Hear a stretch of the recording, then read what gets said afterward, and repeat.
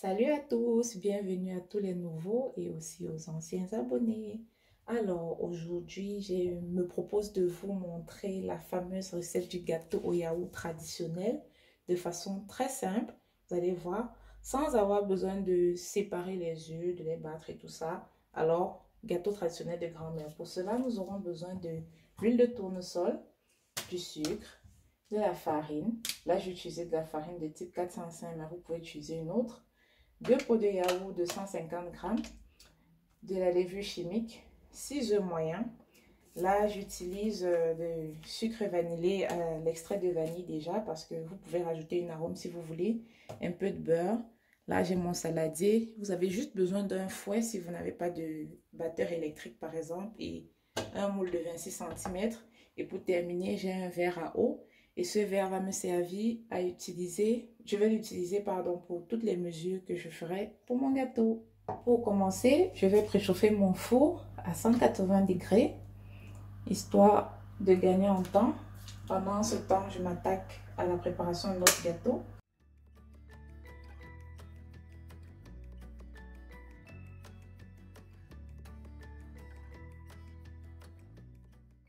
Je vais rajouter mon 1 verre de sucre.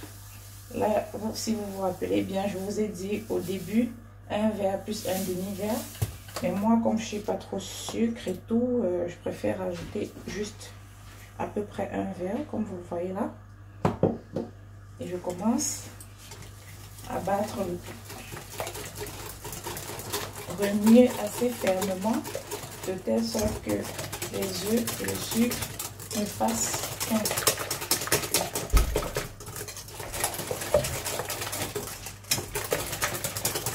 Lorsque vous sentez que le mélange œuf et sucre est devenu homogène, ce que vous pouvez faire, c'est de rajouter nos 2 pots de yaourt. Alors là, je vais utiliser cette petite maryse là pour bien verser tout le contenu de mon pot de yaourt dans le mélange. Voilà. Je rajoute le 2e pot.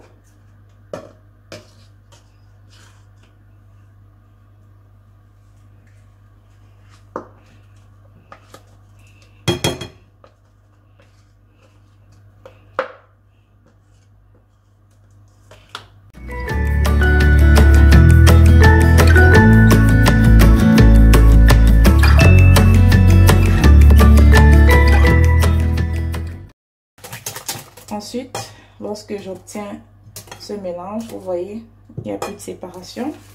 Je vais rajouter mon sucre vanillé parfumé à la vanille. Là, j'en ai mis 2 sachets. C'est pour compenser le taux de parfum en vanille pour moi. Vous pouvez mettre du citron, même du zeste d'orange ou du citron également. C'est pas ce qui vous plaît, de l'amande, du rhum. C'est à vous de voir comment vous désirez parfumer votre gâteau. Ça sent déjà très très bon. C'est pourquoi j'adore la vanille tout particulièrement. Alors, maintenant, ce que je fais, c'est que je rajoute mes 3/4 de pot d'huile. Je vais le faire 2 fois. Alors, je reprends mon verre.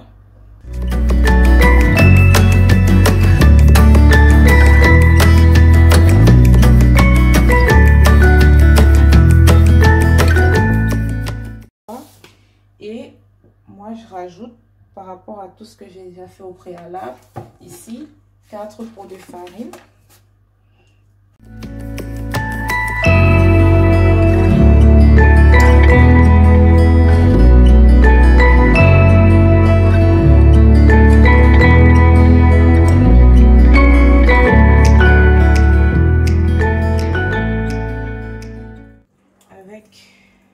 De farine, je vais bien mélanger jusqu'à ce que ce soit homogène. Moi, ce que je fais, c'est que avant de rajouter la levure chimique, je préfère beurrer mon moule je prends un peu de margarine. Je vais beurrer à la main, bien sûr, pour que ce soit un peu plus rapide.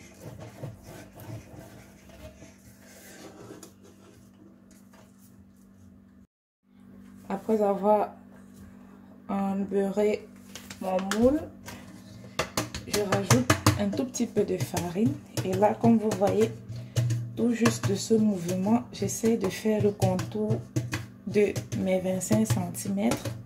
Tout ceci, c'est une petite technique à moi pour me permettre de facilement, à la fin, démouler mon gâteau.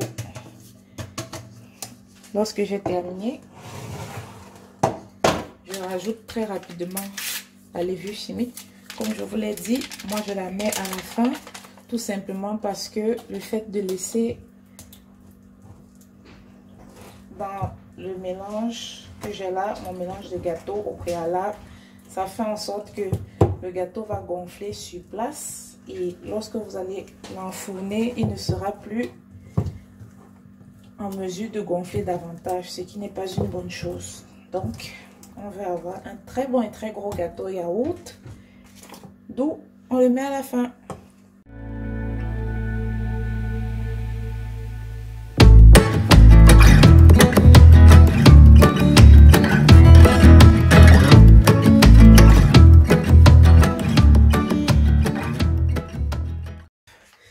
Je vais l'enfourner dans mon moule qu'on avait pris dans le four, pardon, qu'on avait préalablement chauffé à 180 degrés. Et je referme. Et là, après 25 minutes, j'ai observé par-delà la vitrine de mon four, mon gâteau a assez gonflé et j'ai un pic à brochette comme vous pouvez le voir là. Ce que je fais, je retire très légèrement, je retire pas le tout. J'essaye de piquer et d'aller chercher à l'intérieur du gâteau. Et comme vous pouvez voir, la pique de brochette n'est pas sèche, donc je vais réenfourner le gâteau. Et là, 25 autres minutes plus tard, je relance mon pic pour savoir comment se porte notre gâteau. Et là, il ressort tout vide, tout propre. C'est le signe que je peux l'enlever.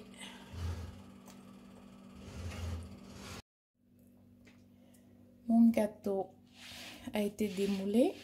Et là, je vais couper devant vous pour voir le rendu final que nous avons reçu.